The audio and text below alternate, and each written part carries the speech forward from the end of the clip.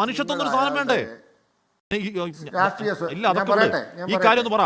ഞാൻ പറയട്ടെ, എന്തത് സംഭവം? ഈ ഗോപാലകൃഷ്ണനൊക്കെ മാനസിക വിഭ്രാന്തി എന്ന് അധിക്ഷേപിക്കുന്നത് ശരിയാണോ? കുറെ പ്രാന്തന്മാർ എന്തൊക്കെയോ കാണിക്കുന്നു. അത് കേട്ട് കൈയടിക്കുന്ന ഒരു വിവരം കെട്ട കൂട്ടം ശരിയാണോ? വി പി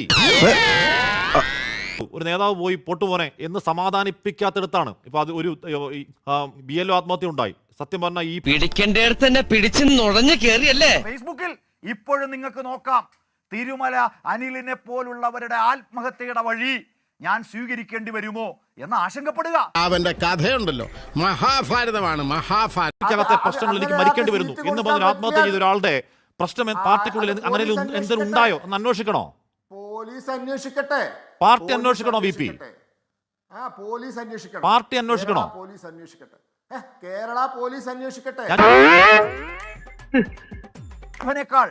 ശ്രീ ഗോപാലകൃഷ്ണനേക്കാൾ പിന്നെ BJPയുടെ പല പ്രമുഖ നേതാക്കന്മാരെക്കാൾ വലിയ ജനകീയ അംഗീകാരമുള്ള ഒരു നേതാവായിരുന്നു അദ്ദേഹം. കോർപ്പറേഷന്റെ കൗൺസിലർ ആയിരുന്നു അദ്ദേഹവും എന്തിനാണ് മരണം സ്വയം തെരഞ്ഞെടുക്കേണ്ടി വന്നത്?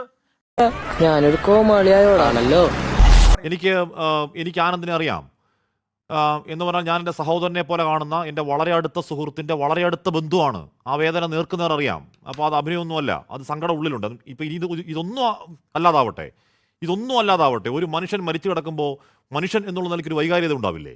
ഞങ്ങളുടെ ഒരു പ്രത്യേക രീതിയാണ്. അപ്പൊ ഇവരൊരു പ്രത്യേകത അത് കണ്ടു കഴിഞ്ഞാൽ എൻ്റെ പൊന്നു.